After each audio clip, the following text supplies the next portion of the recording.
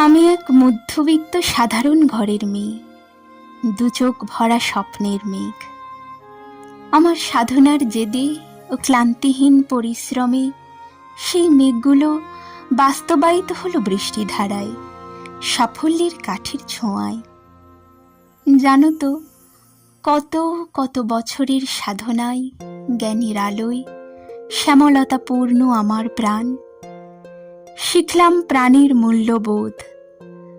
আমার অক্লান্ত সাধনার প্রাপ্তি ঢেলে দিতে চাইলাম জীবন সেবায়, সমাজের প্রতিটা কোনায় কোনায়। প্রতিজ্ঞা করেছিলাম নিজের কর্মনিষ্ঠ জীবনের কাছে, স্নেহাতুর কোমল প্রাণকে মাতৃজঠর থেকে তুলে এনে সযত্নে উপহার দেব তার সর্বংসহা স্নেহময়ী মায়ের কোলে। অসুখ নিরাময়ে দেব সুখের খোঁজ, আমার কর্ম বলে সবার অসুখ ক্ষয় হোক। জীবন মৃত্যুর মাঝে ঢাল হয়ে রব, সুস্থ বাঁচার আশায় আরো পথ খনন হোক। কিন্তু এত স্বপ্ন বৃথা হলো, থেমে গেলাম পথ চলায়। কর্মরত অবস্থাতেই মৃত্যু এলো রক্তাক্ত হত্যালীলায়। দেহ আমার কলুষিত, অসম্মানে ছিন্ন ভিন্ন আজ। নিষ্ঠা ত্যাগ হলো কিনা নারী লোলুপ পশুত্বের শিকার।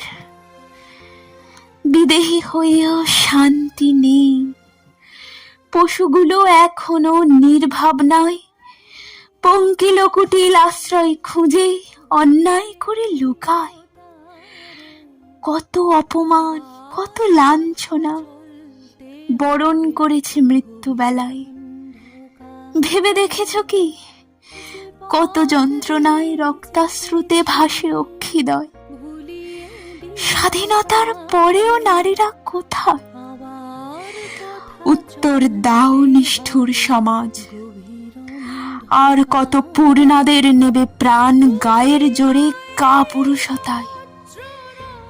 কোথায় সমাজ, কোথায় বিবেক? কান পেতে শোনো, বাতাসে বাতাসে ফিরছে দীর্ঘশ্বাস। শাস্তি চাই, বিচার চাই। যেতে যেতে একলা পথে নিবেছে মোর বাতি।